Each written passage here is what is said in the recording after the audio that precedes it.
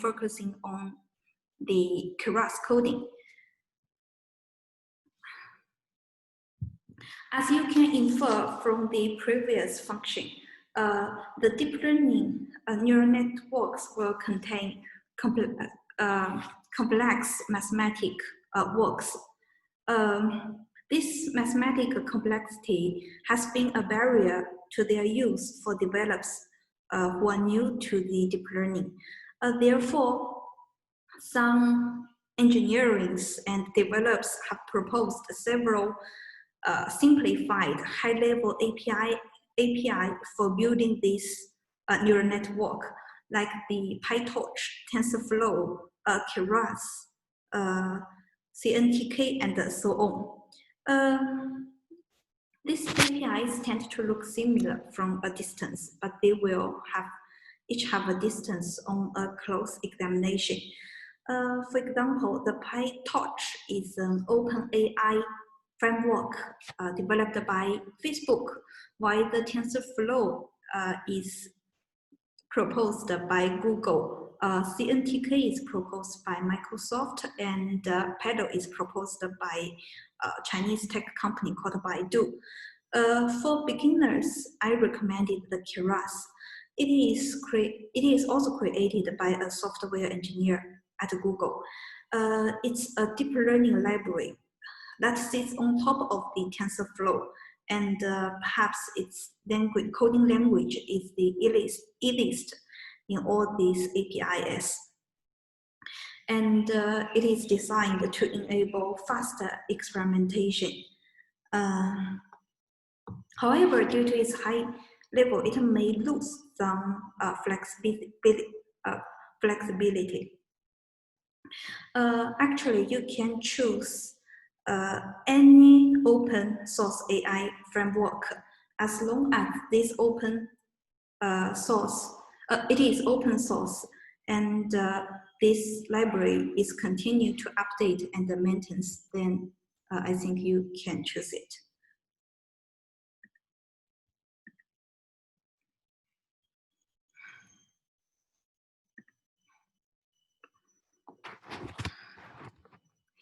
In this course, if you want to test out the code presented following, you will need this the piece of softwares like the Python IDE, the Anaconda, and its editor, Jupyter Notebook. And also, you may want to install the Keras and its compatible TensorFlow. I recommended to use the latest TensorFlow version 2+, with the Keras version 2.3+. Both the TensorFlow and the Keras can be installed use the PIP installation from the Anaconda.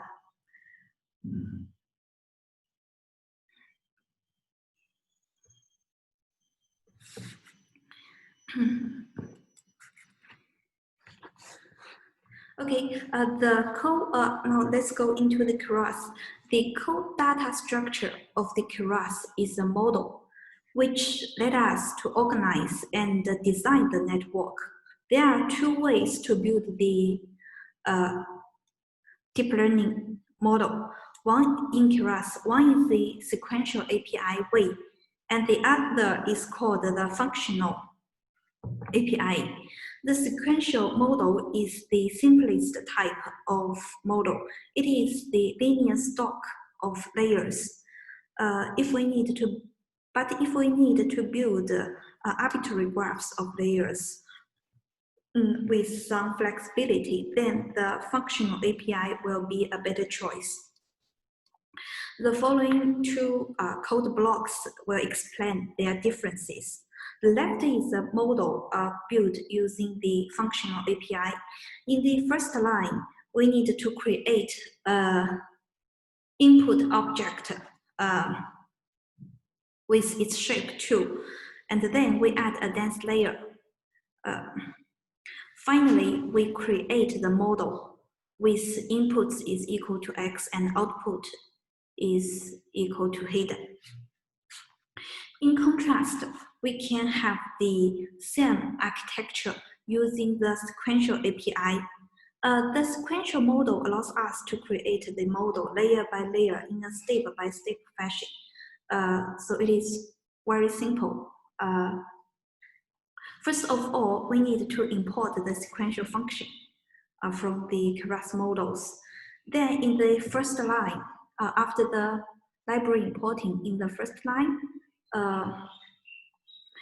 we will create the sequential model, which means that we have already defined the empty model, and then we add the dense hidden layer with 2 neurons. Its parameter is 2 neurons indicates, and it also has a parameter called input dimension is also equal to 2. In this way, we can implicit the input layer. We don't need to write the input layer here. We already say that we will build a model using the sequential function.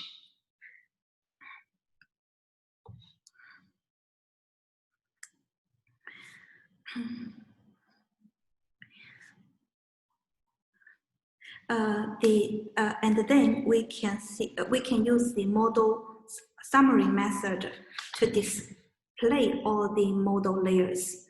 The above one shows the model that we build in the using the functional API, and the below summary shows the model that we built in the using the sequential model. As we can see, although these two are the same architectures, we have the same parameter numbers and the same dimension of the output and the input. The input layer is implicit in the sequential API.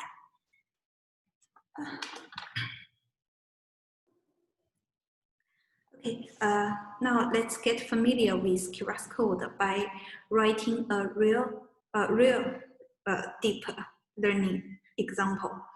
The handwriting digital recognition example. This example is assumed as a hello world case in deep learning. We will build a neural network that can recognize handwriting numbers. Here is a figure that shows a subset. It contains 20 handwriting numbers. To achieve this, to achieve the goal for the handwriting recognition, we will use a data set called MNIST, M-N-I-S-T. This data set contains a training set of about 60,000 examples and a test set of 10,000 examples. Both the training set and test set are annotated by human with the correct answers. For instance, like the upper left handwriting digital is number 1, and then 1 is simply labeled associated with this example. In deep learning, if a data set is associated with correct answers, then we call it the supervised learning. In this case, we can use the training data for training our network parameters. The 10,000 test set also have the correct answers. In this case, the idea is to pretend that we don't know the label at first and ask the network to do the prediction. And then we reconsider the differences between the prediction and its ground truth.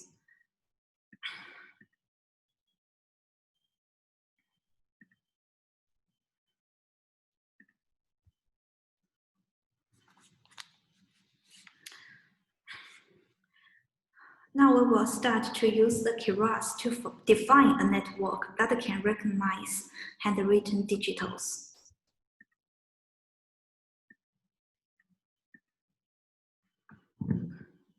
To guide the code more efficiently, I divided the process of building a simple deep learning network with Keras into 5 steps. The first is to import Keras libraries. The second is to define the hyperparameters that we used in our network, like how many hidden units in the hidden layer. Also, maybe what is the batch size we would like to use, and which optimizer we are going to use, whether it is gradient descent or whether we want it to be used with momentum. Also, maybe how many epochs we are going to run, which depending on our computation sources. The third step is the data pre-processing to organize the data into format that can be read and processed by the machine. Then we will using the Keras model API to build our model architecture, and in the end, we will train our model using the 60,000 labeled training data and evaluate its performance with the 10,000 test data. Let's start from the Keras library importing. The first sentence is importing the NumPy, which I hope most of you are very familiar with. It is a mathematical library and has already been installed in the Anaconda. It is very commonly used in machine learning and deep learning during data processing steps to organize the structure of the data or maybe normalize the data. The second line is to import the handwriting dataset MiniST. There are several different datasets we can find from the Keras. So it provides several toy data in Keras to let us try on. Those datasets are already vectorized format, and it's ready to be used for debugging a model or testing. Or for testing here.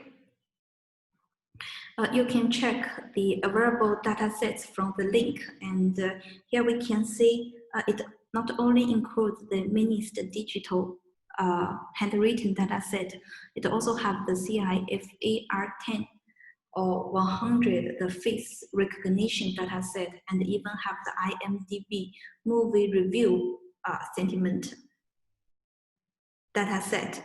All you need to do is maybe from a Keras dataset import IMDb or NIST, then we can import the test data or the toy data.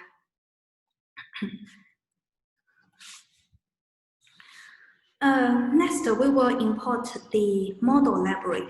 As we talked before, there will be 2 types of models. One is the sequential, the other is the functional. So we can both import the sequential or the functional from the Keras models library. In this course, we will use the sequential composition model, which is more easier and allows us to create model layer by layer.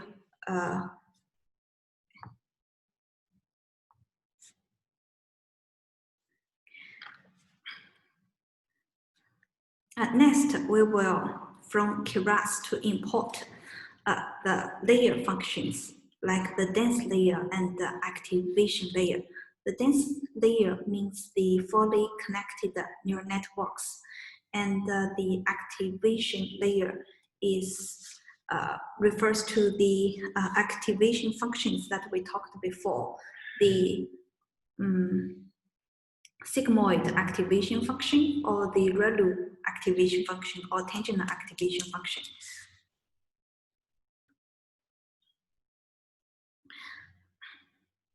Then we import the optimizer. There are also several other optimizers in the Keras optimizers module. Other than the gradient descent, we can also have the Adam or IMS prop. Next, the NP util is the name of model that inside the Keras. It has a function for one hot embedding, which will be used in our data set for the pre-processing part for the output. We will talk about this further later.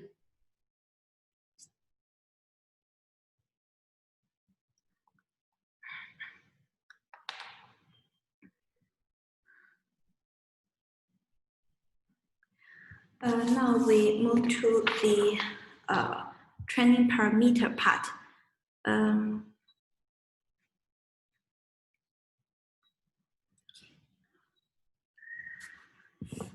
The first line defines the number of epochs, which is 20. This defines that we want the model to expose to the training set 20 times. That is how the whole training data set is iterating through the network for 20 times.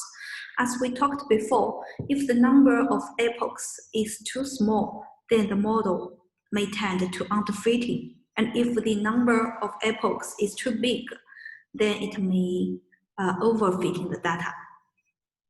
Like here.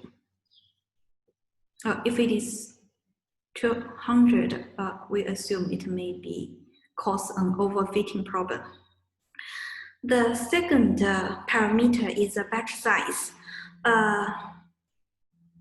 That means the number of the training examples presented in one single batch, which is also the number of instances observed before the optimizer performs an updation on the parameters. Here we set it as 128, which is the power of 2,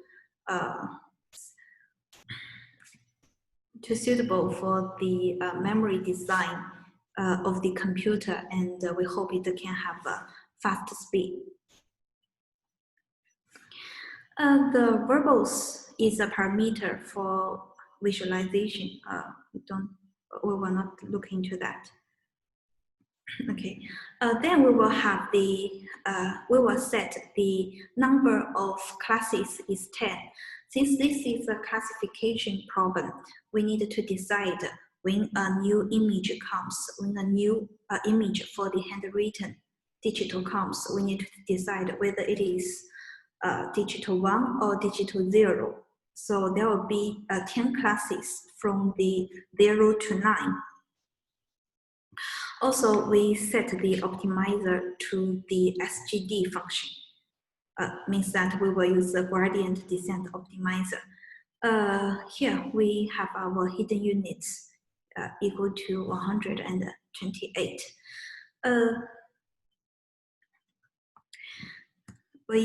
Actually, this can be put directly into the layer as a parameter into the layer. However, we explicit here for emphasis. And the last parameter, validation split, is equal to 0.2, which means that 20% of the training data will be randomly reserved in each iteration for the validation purposes. So we can check whether what is performance of the current iteration or the current epochs. For the data processing part, we first load the minist data from the Keras. We have the function here, minist.load data. For each handwritten image, it is presented as a matrix of 28 multiple 28. That is totally 784 pixels in one image. Each pixel value will describe how bright the pixel is. To prepare for the input layer, we first turn the 28 multiple 28 matrix into a 784 flat vector. Then the data is converted to float 32 into a float data for supporting the following up computations. As the image stored in the Keras is using byte format, that each pixel value described how bright it is. It is using the byte form to store in the computer. That is, each pixel value will be stored as a 8-bit integer. So it giving a range of possible values from 0 to 255. As indicated, the 255 is taken to be white and 0 is taken to be black. The values in between 0 and 255 make up the different shadows of gray.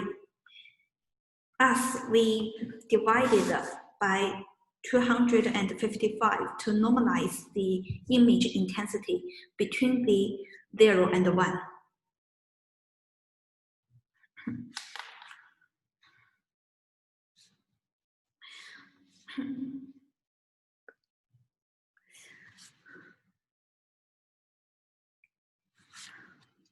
In practical, it is convenient to transform the category features into numerical variables. For instance, the category features digital within a value from 0 to 9 can be encoded into binary vectors with 10 positions, which always have 0 values, except the disk position where it is presented. For example, as below, for digital 0, the first value of the 10 position is 1, and all the others are zeros. For digital 1, the second position is 1, and all the others are zeros, and so on. This type of presentation is called the one-hot encoding, and it is very common in data mining when the learning algorithm is specialized for dealing with multiple classification problems. Also here, we will perform the one-hot encoding on the ground truth label using the function np util to category.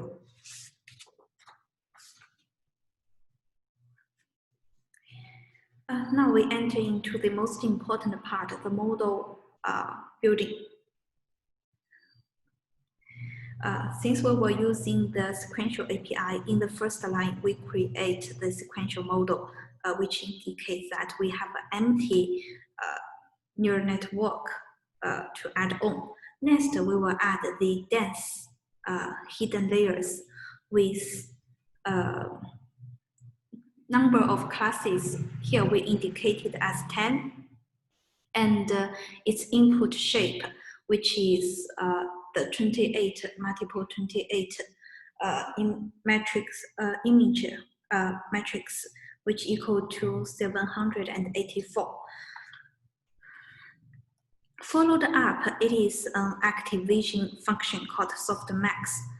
The softmax will squeeze dimensional vector of real numbers into a dimension of probabilities in the range from 0 to 1.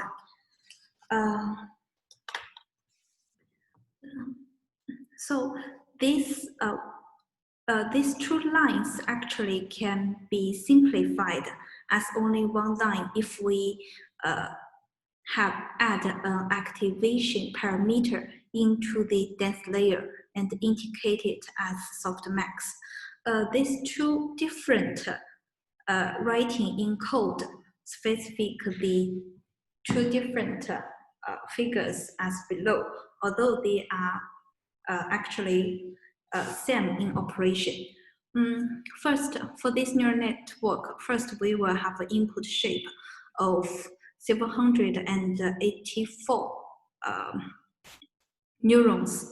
Each neuron indicates one pixel in the image, and then it will be fully collected to an output shape that is 10, which each of the output units indicates the indicate a class from 0 to 9. And we will have a final layer that is a single neuron. We indicates the activation function softmax. After that, we still have a vector of 10. And this vector of 10 will be indicating the probability of each classes. If we use the second way to write the code, and we can implicit the activation function. The diagram is shown in the right.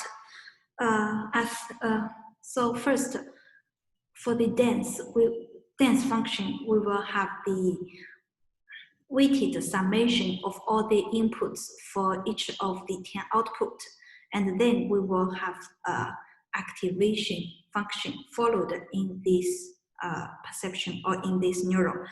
This is the same architecture as we talked before.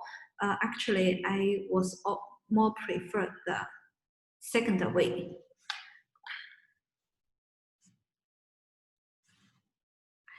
Once we define the model, we can compile it so that it can be executed by the Keras backend, the TensorFlow. There are a few choices to make during the compilation. The first that we need to choose the optimizer. For example, whether it is a gradient descent or atom. Then we also need to choose the objective function, like we talked before, whether it is a largest loss function or it is a mean square error. This will be used by the optimizer to guide the update of the weights. And finally, since we need to evaluate the performance of our model, we also need to select a good matrix. You can decide it whether we want to evaluate its accuracy or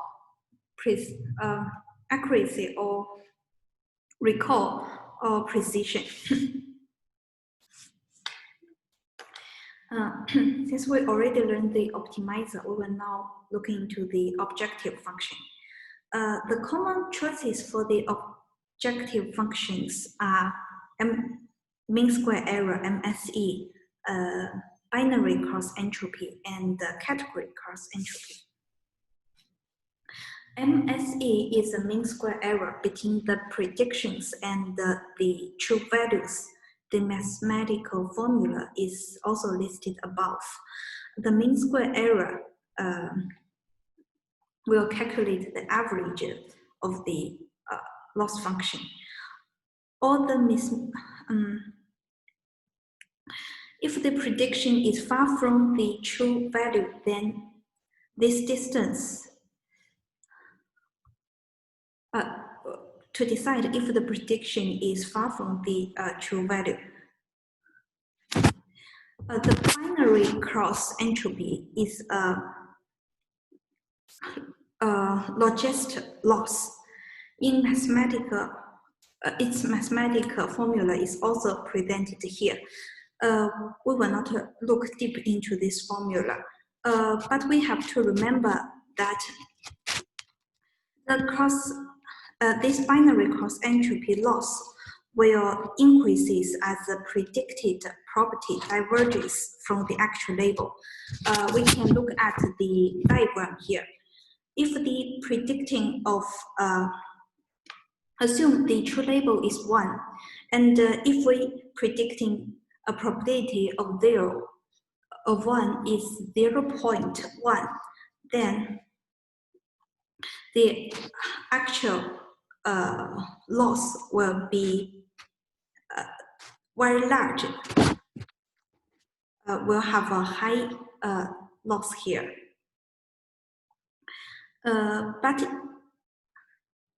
But as the predicted probability approaches 1, the log loss slowly decreases as predicted.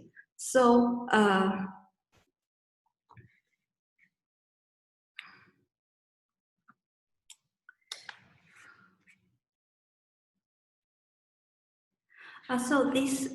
this objective function is suitable for binary labels, binary predictions.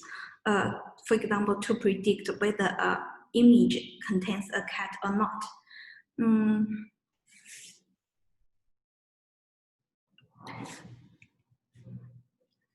The categorical cross entropy is a multi-class loss. It is the generation of the previous binary cross entropy.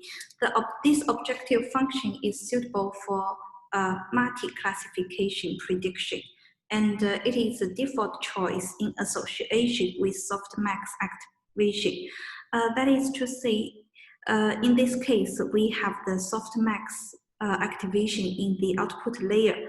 So we have to choose this loss function.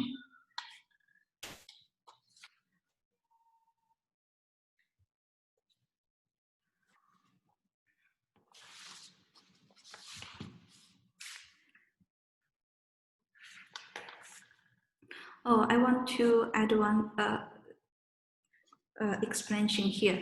When the probability decreases the loss, we can see if the true label is 1, and when the probability decreases, the loss will increase rapidly. So for this binary log loss, it penalties especially on those predictions that are too confident and too wrong.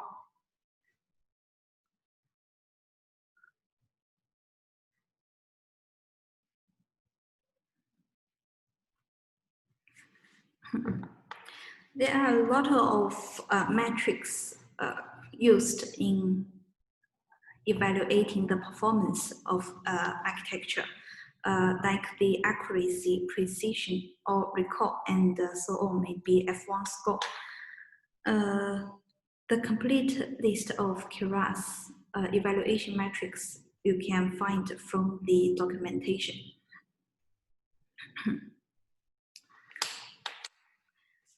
The accuracy means the proportion of correct predictions with respect to the target labels, while the precision is the ratio of correctly predicted positive observations to the total predicted positive observations. For example, this will be used when we need to answer the question of all passengers that are labeled as survived, how many actually survived? In contrast, recall is a ratio of the correctly predicted positive observation to all the observations in actual class. For example, of all the passengers that truly survived, how many did we labeled? So this is the case in recall.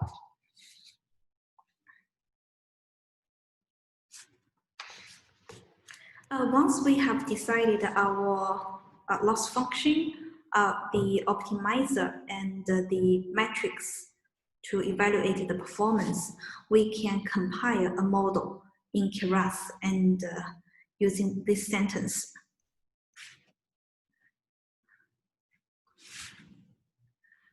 We indicate the loss equal to the category cross entropy, since we are doing the multi-class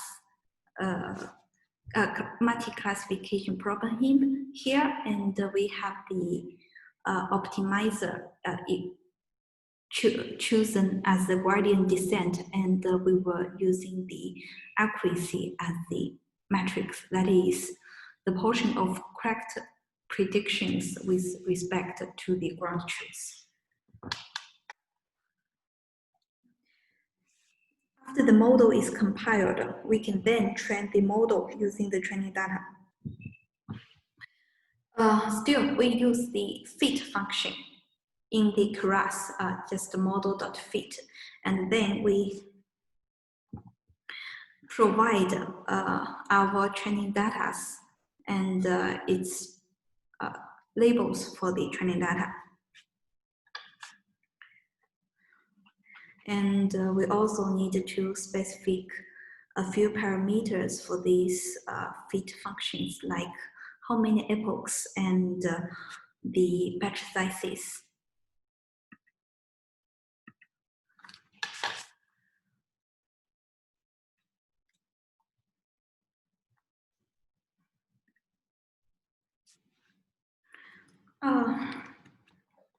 Also, we have a validation split parameter here.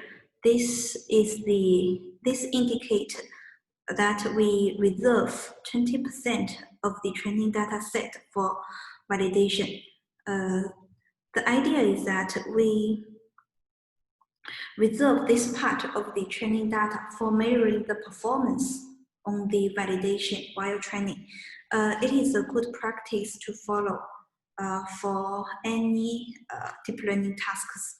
In this way, we can get the minimum value reached by the projective function and the best value reached by the evaluation matrix when we check the history.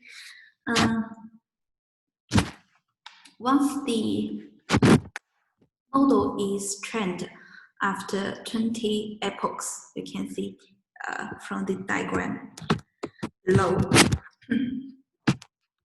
Now we can see the accuracy for the training data is 0.89, and for the validation data is 0.90. And once the model is trained, we can also evaluate on the test set, and which contains new unseen examples. And we can have the score here using the evaluate function. Just input the test data. And we can see the accuracy is 0.9. 90% of the labels are correctly labeled.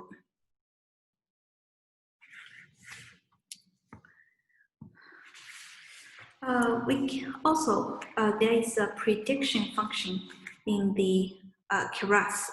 For example, we have an image.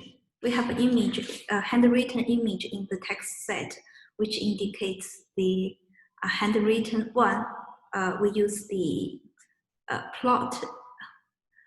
matplotlib to impute this digital image. By using the model.predict and input this test data, now the batch size is only 1. We only want to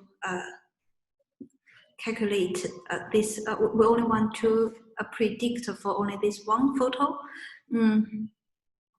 We got the output of a vector of dimension 10, and we can see it is 0, 1, and all the zeros afterwards. So which means that the first indicates for class 0 and the second indicates for class 1.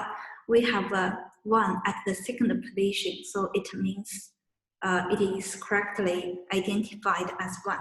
Using the argmax, we can got the result.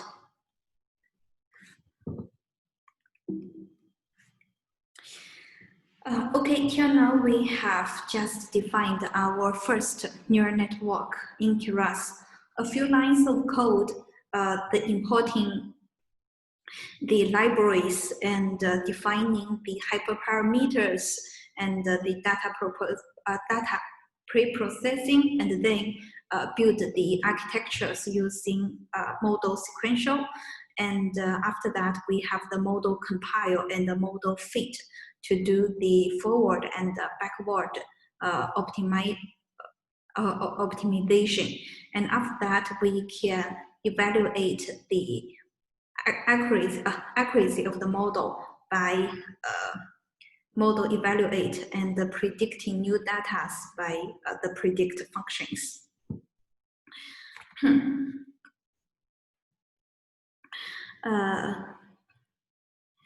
Okay, the part 4 is the improvements in Keras.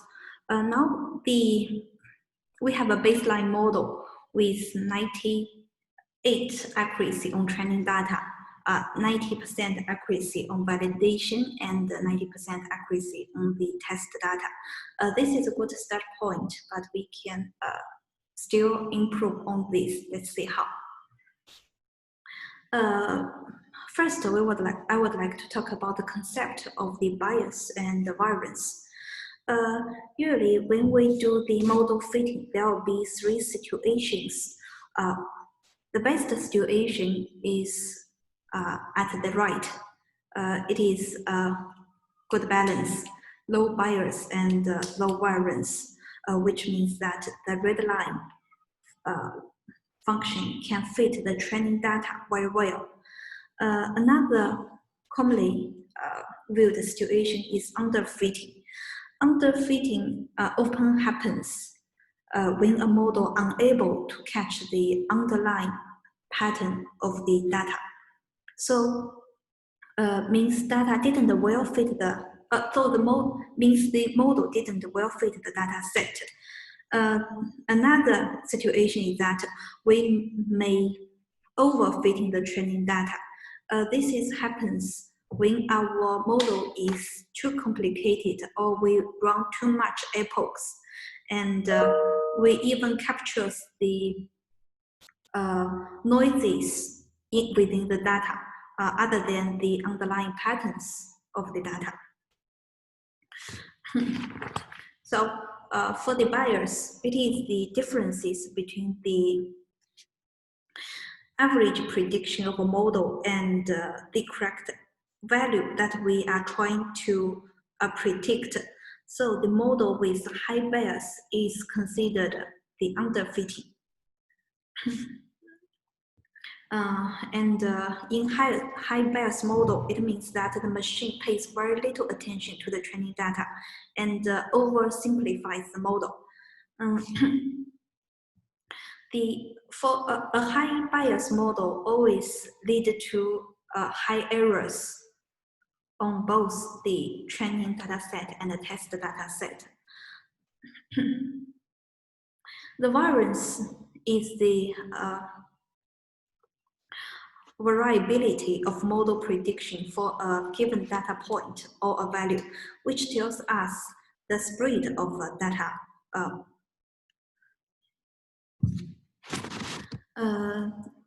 For a model with high variance, it pays a lot of attention to the noises in the training data and overfitting the data, and does not generalize on the data, which it haven't seen before.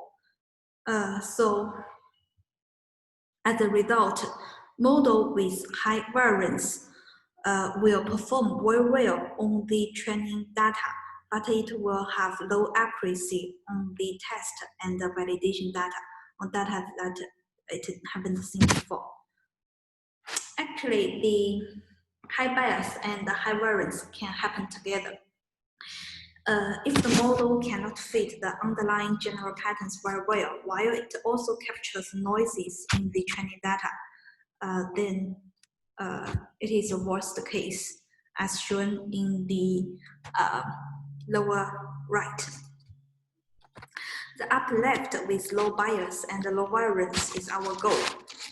One simple way to evaluate whether our results or the performance of the model is high bias or high variance is to check from the accuracies on the training data and the test data.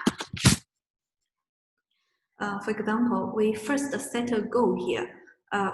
Our goal may be we wish to achieve the 100% accuracy on this handwritten digital recognition. However, we got 98.73 accuracy on the training data and 98.622 on the test data. We can calculate the difference between the accuracy of our goal and the accuracy on the training data. This gap is very large. It equals to nearly 10%. Then we considered it performs poorly on the training data, and we considered it underfitting.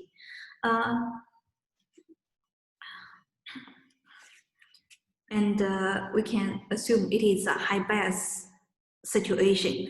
We can then calculate the differences of accuracies between the training data set and the test data set. If the gap is small and acceptable, we assume it is low variance. Otherwise, we assume it is high variance. Right now, the gap is around 1%. So I think it is a low variance problem. That is, in this case, our first model is actually a high bias, has a high bias problem. That is, we cannot very well fitting the data, training data, general pattern of the training data.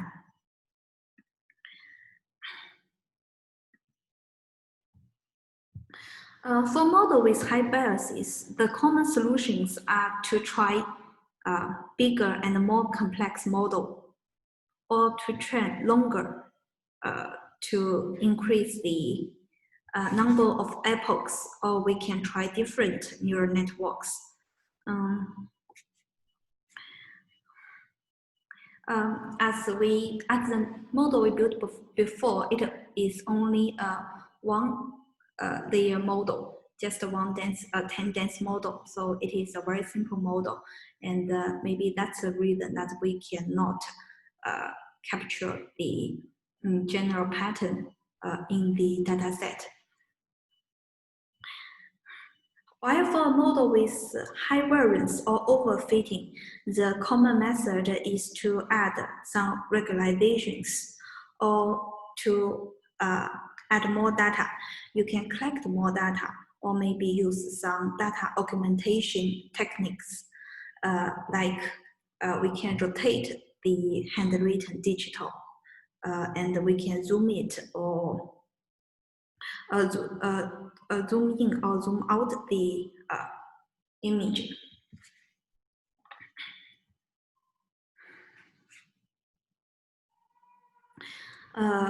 Also, we can always try and build a different neural architecture to check the performance. Here I have listed 7 steps that we are going to use to improve our model. The first improvement is to add additional hidden layers to make our simple model more complex.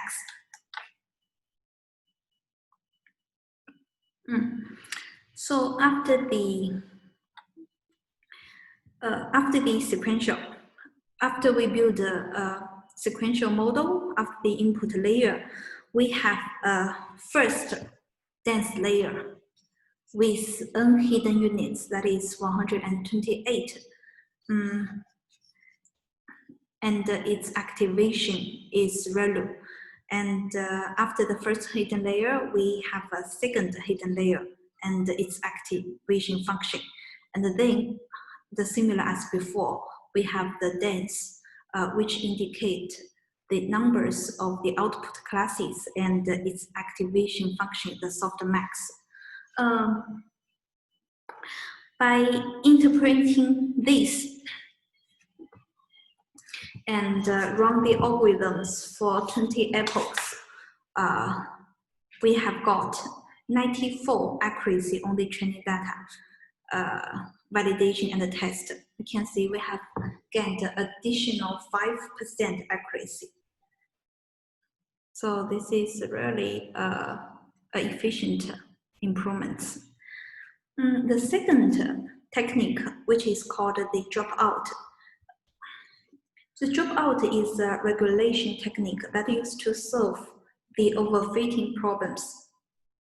Actually, we don't encounter the overfitting right now, but the reason I want to introduce it that it is a very simple and efficient way in our practice when we encounter overfitting, and it can really improve the performance efficiently. The dropout. The intuition for the dropout is that we do not rely on any features. We want to spread out the weights. So the way to do this implementation is very simple. We can randomly drop some of the values propagated inside of an internal dense network of hidden layers with a so-called dropout probability. Which is indicated as a parameter keep prop in Keras.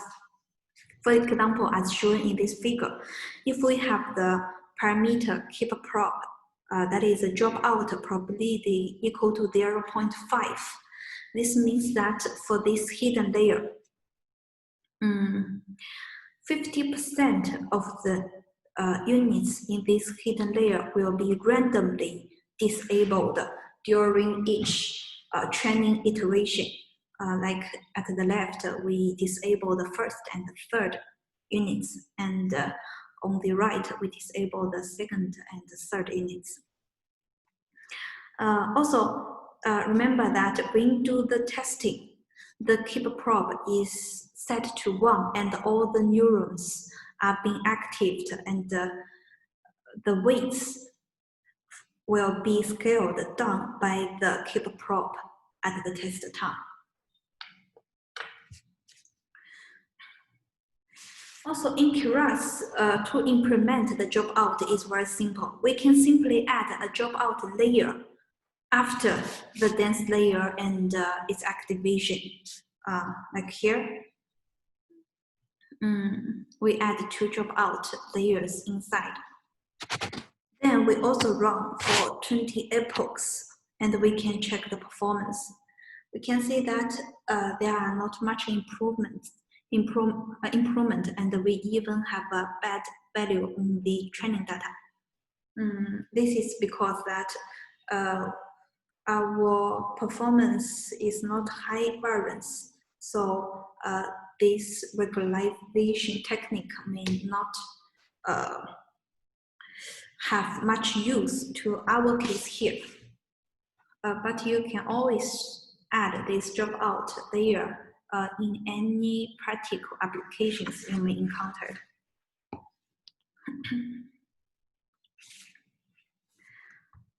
The third technical for improvement is to test the different optimizers.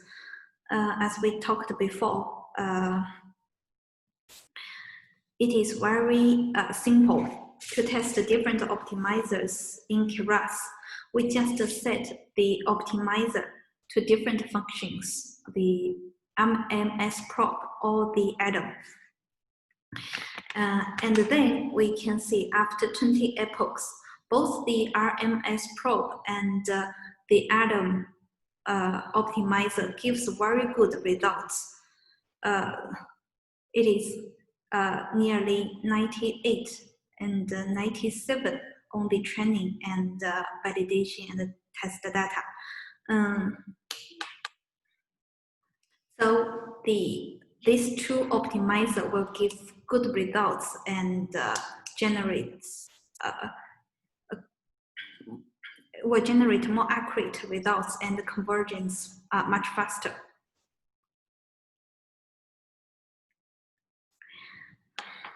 The next one is to increase the number of epochs.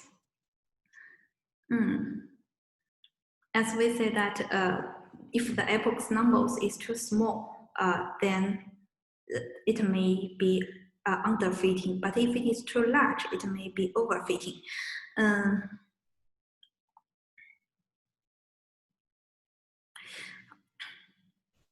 If we increase the number of epochs used for training from 20 to 200, the choices increased of our computation time is by 10. However, it didn't give us much gain. Maybe there is 1% increase on training data, but for the validation and the test, they are almost the same.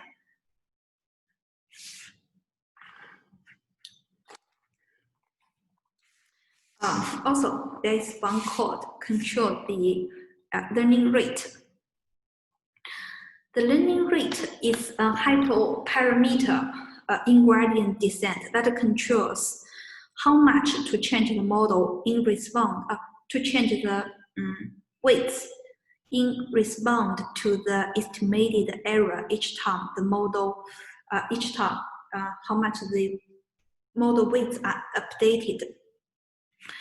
Choosing the learning rate is very challenging because if we choose it too small, it will be like figure left.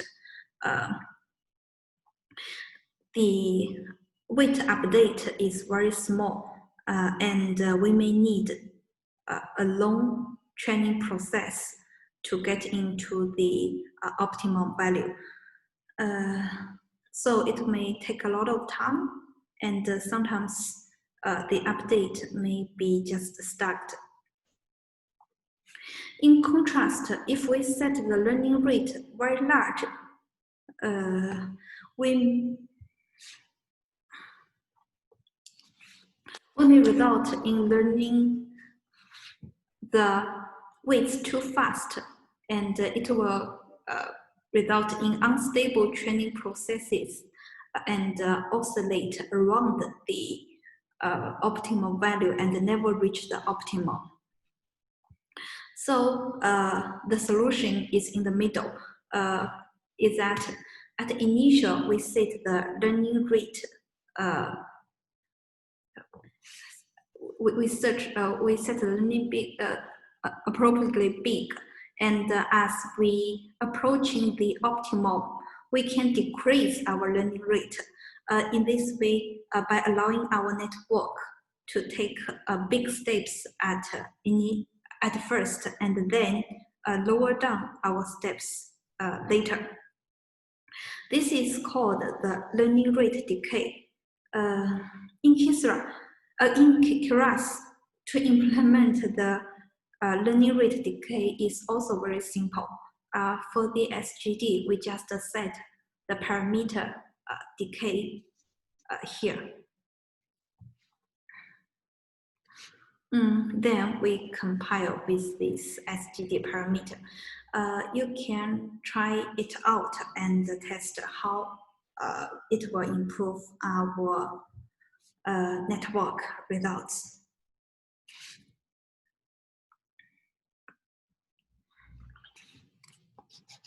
Let's see, how about if we increase the internal neural units in the hidden layer?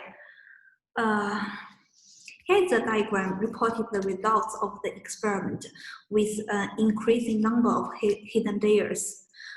We can see there is a big jump between the hidden layer 32 and 64 and then 128. After that, the gain we are getting by increasing the size are less. The line are going to be more smooth and there will be no steep here. However, by those two photos, we can see that as the hidden units increase, the total parameters shown in the right figure is also increased exponentially, and which caused the execution time per iteration increase exponentially. So by comparing this, the accuracy and the cost, computation cost, we may see the best number of hidden units is here, 128.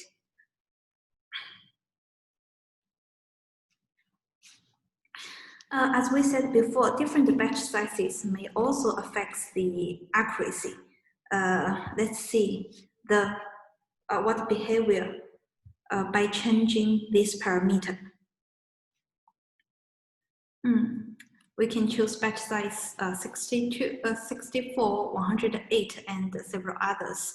And we find that the accuracy reaches the best when the batch size equals to 128.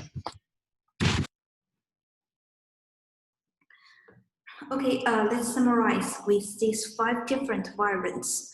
We are able to improve our performance from the for the test set from the initial 90% to 97.78%.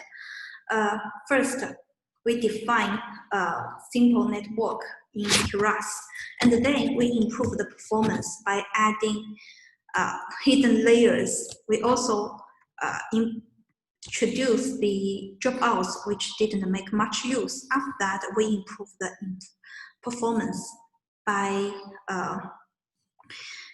experimenting with different types of optimizers. The results are summarized here, you can see. Okay, that's all. In these 2 hours, we talked about the basics of neural networks. More specifically, we are focusing on the perceptrons, the activation functions like sigmoid or redo, and the softmax.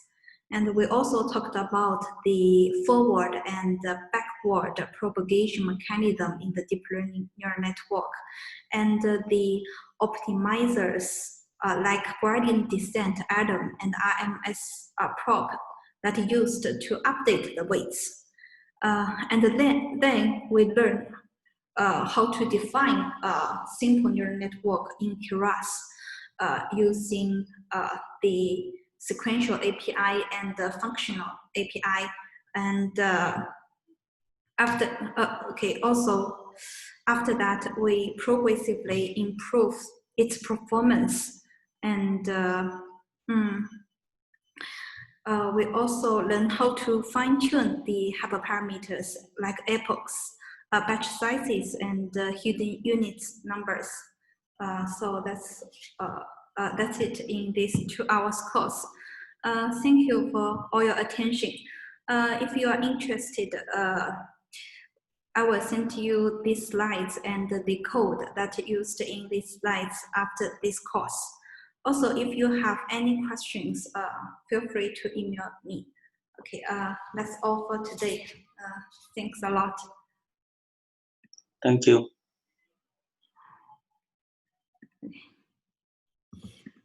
Okay, yes, the slides will be sending to you. Okay.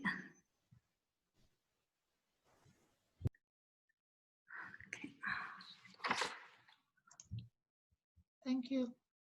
Okay, thank you.